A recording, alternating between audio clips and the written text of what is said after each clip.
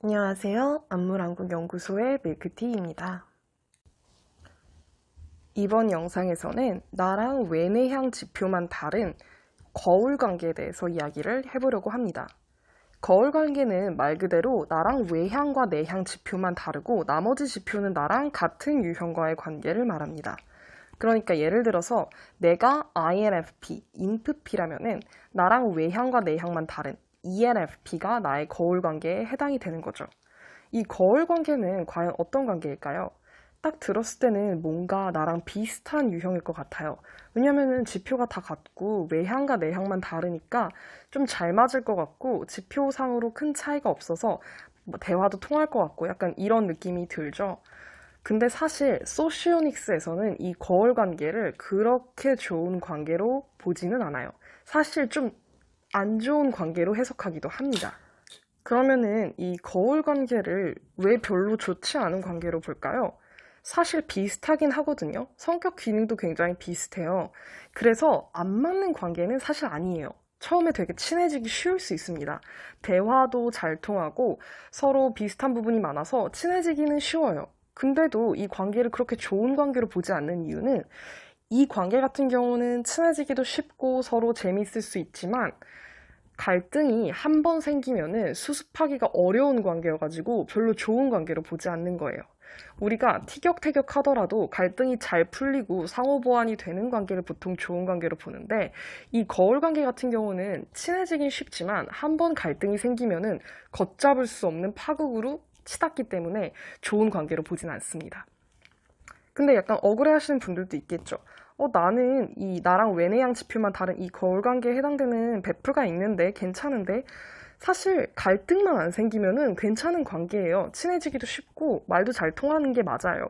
근데 어쩌다 한번 갈등이 생기면은 그게 수습되기가 어렵다. 이런 이유로 그렇게 좋은 관계로 보지 않는 거예요. 이거는 그 유형별의 그 8기능을 보면은 조금 더 재밌습니다. 사실 이 거울 관계 같은 경우는 굉장히 비슷한 관계이긴 해요. 근데 나의 주기능을 상대가 부기능으로 갖고 있고 나의 부기능을 상대가 주기능으로 갖고 있는 약간 이렇게 같은 기능을 조금씩 엇갈려 순서를 약간 바꿔가지고 쓰고 있는 상황인 거예요. 그래서 만약에 갈등이 생기면은 우리가 제일 먼저 쓰는 기능들이 주기능, 부기능, 6차 기능이거든요. 5차 기능이랑 6차 기능까지 보면 재밌긴 하겠지만 기능을 잘 모르시는 분들은 이해가 안 가니까 그냥 주기능, 부기능만 보면은 내가 창을 휘두를 때 상대는 방패를 이렇게 휘두르고 내가 방패를 이렇게 휘두를 때는 상대가 칼을 휘두르는 약간 그런 형국이에요. 갈등이 생겼을 때는. 그래가지고 갈등이 잘 수습되지 않는 그런 관계로 보는 거예요. 근데 뭐 갈등만 안 생기면은 그렇게 나쁜 관계로 보진 않습니다. 그럼에도 불구하고 소시오닉스 상에서는 그렇게 좋은 관계로 해석하진 않는 거. 갈등이 수습이 잘 되지 않으니까. 이 거울 관계 갈등 국면을 보면은 조금 재밌는 게 갈등이 표면적으로 안 생길 수도 있어요. 그렇게 한번 이렇게 쾅 부딪히는 일이 없을 수도 있어요. 그런데 이런 경우는 보통은 한쪽 유형이, 한 유형이 스트레스를 받으면서 참고 있는 경우도 있습니다. 근데 주로, 늘 그런 건 아니지만은 주로 한쪽이 참는 경우일 때는 거의 내향형이 많이 참는다고 해요. 이 거울 관계에서. 그러니까 둘이 스트레스가 없고 갈등이 없는 관계면 모르겠는데 만약에 갈등 자체는 표면적으로 없지만 한 명이 참고 있는 경우에는 주로 내향형이 참는 경우가 많다고 합니다.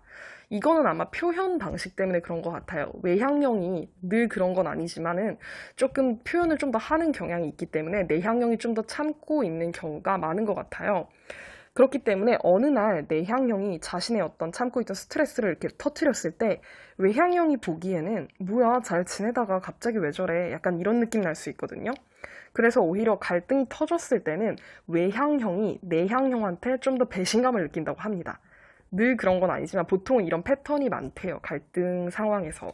그런데 어쨌든 간에 지표 자체로나 기능적으로는 굉장히 비슷한 관계이기 때문에 공적인 영역에서는 오히려 서로 굉장히 신뢰할 수가 있어요. 공적 영역에서 신뢰할 수 있지만 물론 공적 영역도 갈등이 한번 터지면은 수습되긴 어렵겠죠. 근데 서로 처음에 호감을 갖기 쉽습니다. 그리고 친구 사이도 은근히 많아요. 왜냐면 비슷하니까 지표 자체가 비슷해서 친해지긴 쉽습니다.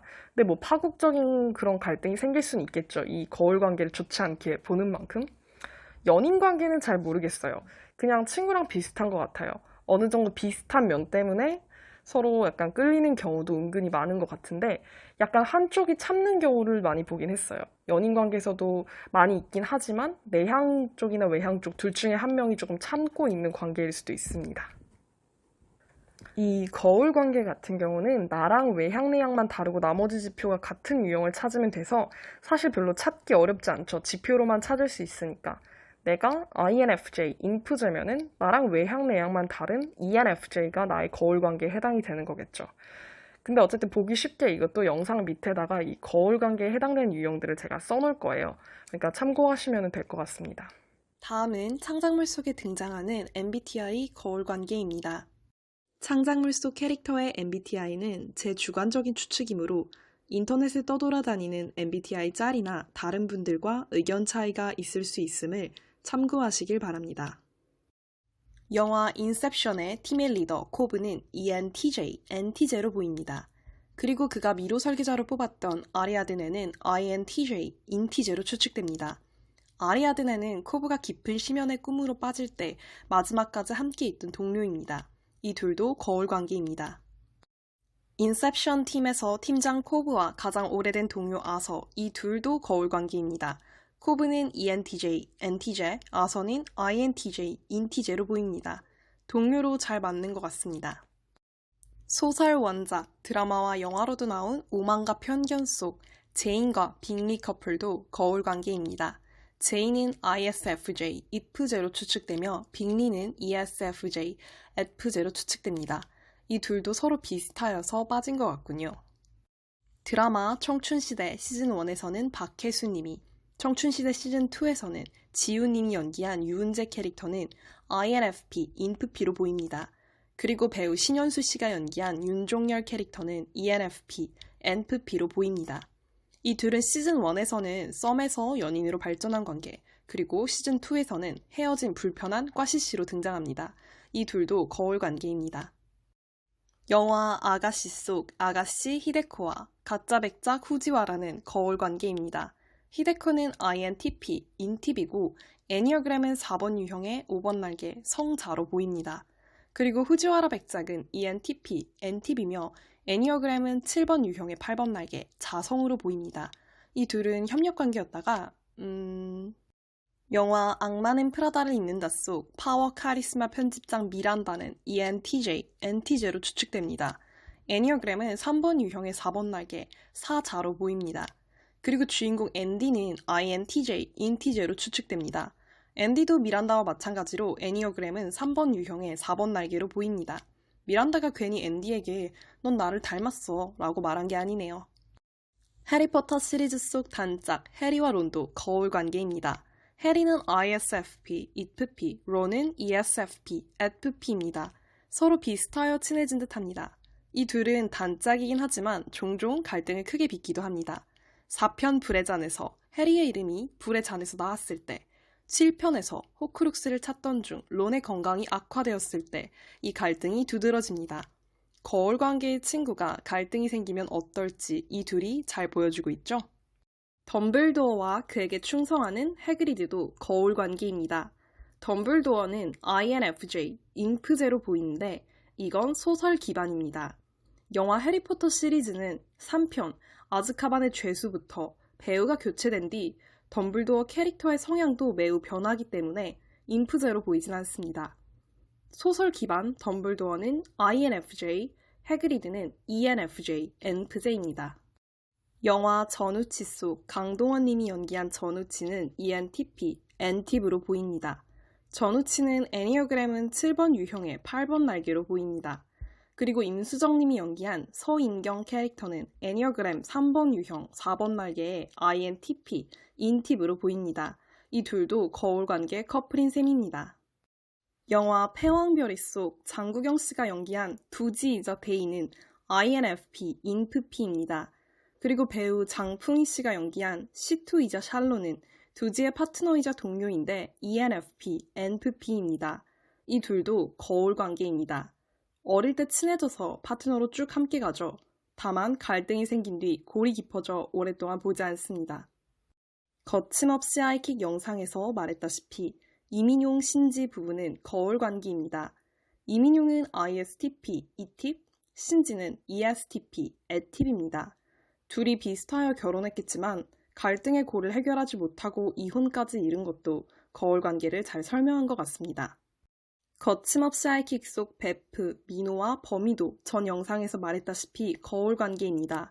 민호는 ISFJ, IFJ, 범이는 ESFJ, ETJ입니다.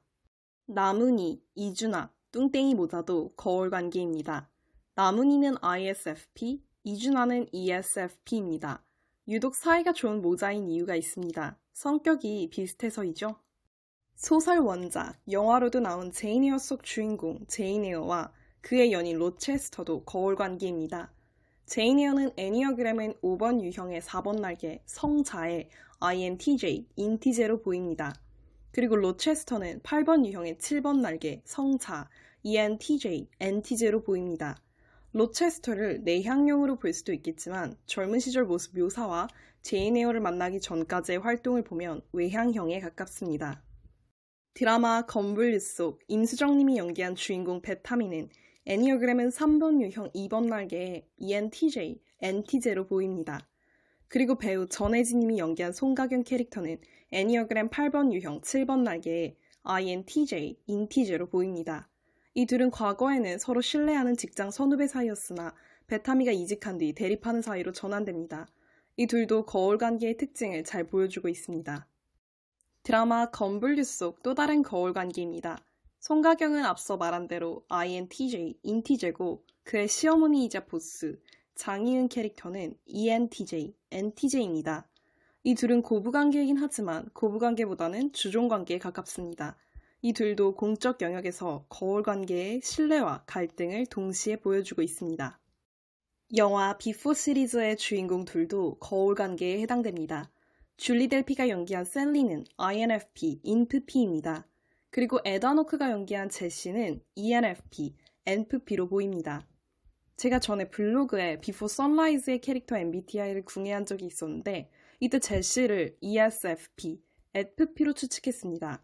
그런데 비포 선셋, 비포 미드나잇까지 보고 나니까 제시는 ENFP, NFP 같습니다.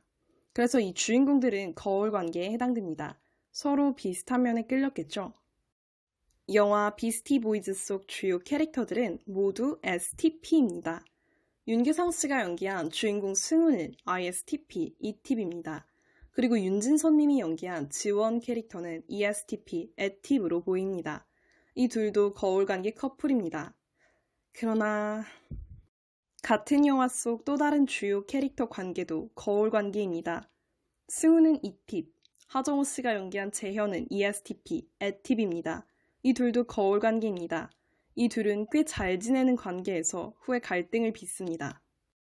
영화 드림걸즈 속 에디 머피가 연기한 지니 얼리는 ESFP, FP, 아니카 로즈가 연기한 로렐은 ISFP, IFP로 보입니다. 이 둘도 거울 관계입니다. 영화 블루 제스민 속 주인공 제스민은 ISFJ, IFJ, 애니어그램은 3번 유형의 2번 날개로 보입니다. 그리고 그의 여동생 진저는 ESFJ, FJ, 애니어그램은 9번 유형 8번 날개로 보입니다. 이 둘은 부모님께 입양된 자매로 둘이 피는 한 방울도 섞이지 않았지만 자매입니다. 동생 진저는 부모님이 언니 제스민만 예뻐하셨다고 합니다. 그러나 제스민은 경제적으로 어려워져 동생 진저에게 신세를 지게 됩니다. 영화를 보다 보면 동생 진저가 보살이다 싶은 경우가 많습니다. 앞으로 창작물 속 거울 관계를 또 보게 되면 영상 및 블로그 링크에 계속 추가하도록 하겠습니다. 다음 영상에서 만나요.